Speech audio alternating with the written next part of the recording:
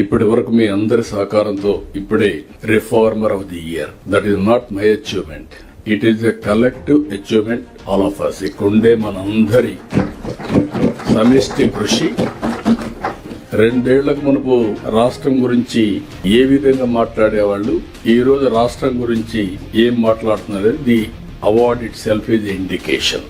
కాబట్టి ఈ యొక్క అవార్డు అనేది బాధ్యతను కూడా పెంచింది. ఇప్పుడు అవసరం కూడా ఇలాంటి అవార్డ్స్ మనకు.